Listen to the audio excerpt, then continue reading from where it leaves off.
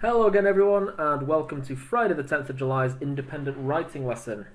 Today we are focusing a lot more on our writing, and we're not actually going to be having a look at any reading of the book at all in this lesson. However, don't panic, we will be continuing again on Monday. So, before we get started, make sure you have your plan with you for this lesson, the plan that we wrote yesterday, as it is going to help you to structure your writing. If you need to pause the video and go grab it, then please do that now. If not, then let's get started on our lesson. So, today we are going to be doing some independent writing. This is going to be our diary entry. You are going to be writing in the voice of Schiff, a diary entry of the last couple of chapters, what's happened up to this point. So think about your last diary entry. Where did you write up to? So today's diary entry will be in between the last diary entry and where we've read up to so far, all the way to the end of Hell 4. Lots of things have happened, lots of things have worried us and concerned us, and at the same time lots of interesting things we have learnt about so that you can write in there as well. So before you get started on your writing, because today's video is going to be a quick one, just some instructions on what to do. Before you get started on your writing, we need to consider what we need to include in our writing when we are doing a diary entry. First things first, of course, it has to be written in first person. I, me. You are writing in the voice of Schiff. So please make sure that you are writing in the correct person, because it will make a big difference if you do it wrong. What else? Emotional language. Look back across the other lessons that we've done and think about how the author, Ellie Fountain, has made us really attach ourselves to these characters and appreciate what they're going through on an emotional level. So think about how you can include that emotional language. Think about the different sentence structures that we've done, where we've done an emotional word followed by a comma followed by the rest of the sentence, or three verbs, each ending with ed, following on one after the other to really improve the quality of writing. Really have a think about how you're going to do that. Our direct quotes, something I said in yesterday's video when you were talking about your plan. You can put in direct quotes from the book. That's a great skill to do.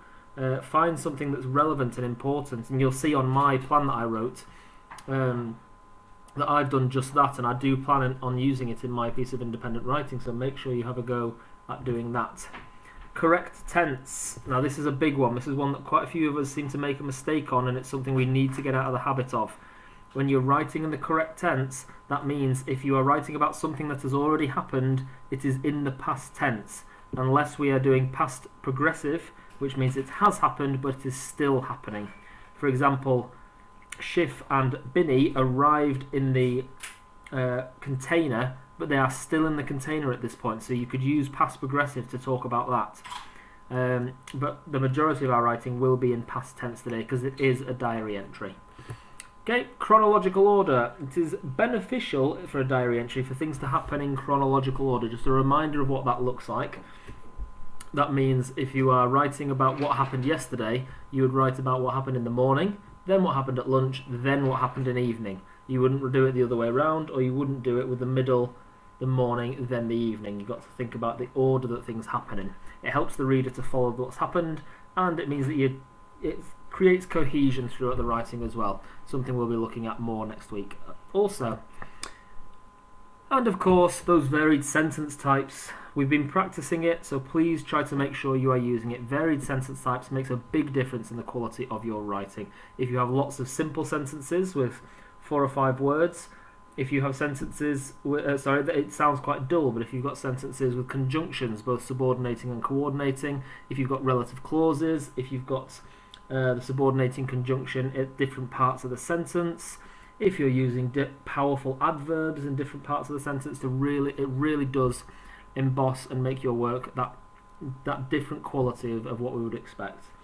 Okay, so really give it your best effort. Right, here is my plan that I've created.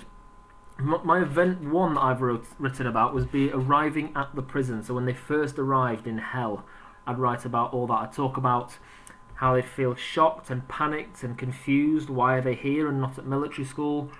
What's going on? What's inside the container? What are they going to experience? What is that fetid smell? We really like that word fetid at the moment.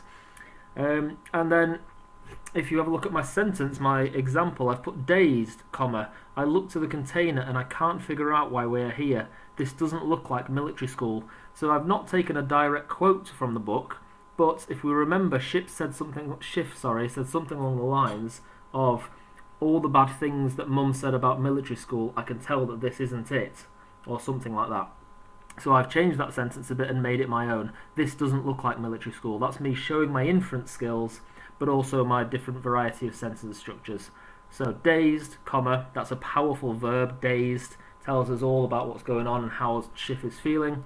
I look to the container and I can't figure out why we are here. Okay, event 2, walking the yard. Relief to have fresh air, concern for the older prisoners, worry for Binny as he gets shouted at by the guards. Those are all the different emotions he's going to be feeling at that time. And if we have a look here, I've had a look at that other sentence type that we practiced. Tired, bruised, hunched, those ED words. They're all negative, but they are all related to each other. They're all relevant. Tired, bruised, and hunched are all negative words. I wouldn't have tired, happy, and hunched, because those aren't relevant. They don't link together. So, tired, bruised, and hunched. I stood and began to shuffle to the light. The gentle breeze grazed my face like a kiss from Mum. That like a kiss from Mum is a simile. Again, varied sentence structures. Moving on to event 3, I'll go a little bit quicker on this one. Hearing the plan. This is where they're going to be feeling excited, also a little bit panic, a bit of dread, and a bit of disbelief that somebody else is wanting them to risk their lives. Now this bit that I've highlighted in yellow, has anyone tried to escape before? Binny asked. That's a direct quote. I'm going to try and include that in my writing somewhere, because that really exemplifies the emotion that he's feeling and the questions. So I might write something along the lines of, when Jonas told us the plan, I remember looking at Binny when he said, "Has anyone tried to escape before?" and something along those lines. So, has anyone tried to escape before? Binny asked. I knew instantly that Binny and I were thinking the same thing. ... Okay, so really have a go. That's my plan. I'm going to put that into writing, and I really hope that you guys have all done something similar and will do really, really well with your piece of independent writing. Okay, so in a moment we're going to stop the video and I want you to get started. Really take your time. Things to think about before you're writing. What have been the key events? Look at your plan. How is Schiff feeling about being in the container and the possibility of escaping? Really do think about that emotion, his thoughts, his feelings, his actions. How does he feel and think about being on his own with just Binny? Okay, so far it hasn't been just him and Binny, it's been him and the soldiers, it's been him and the people in the container. So now he might be going to a section of being just him and Binny. And how do you think he was feeling when he heard the stories from the other men? What might his worries be? Have a really good think and please try your hardest. As always, please upload your work because I love to see it. And I'm really looking forward to enjoying your diary entries and seeing how you've taken on the challenge of writing in the voice of Schiff. Okay, thank you very much. See you soon.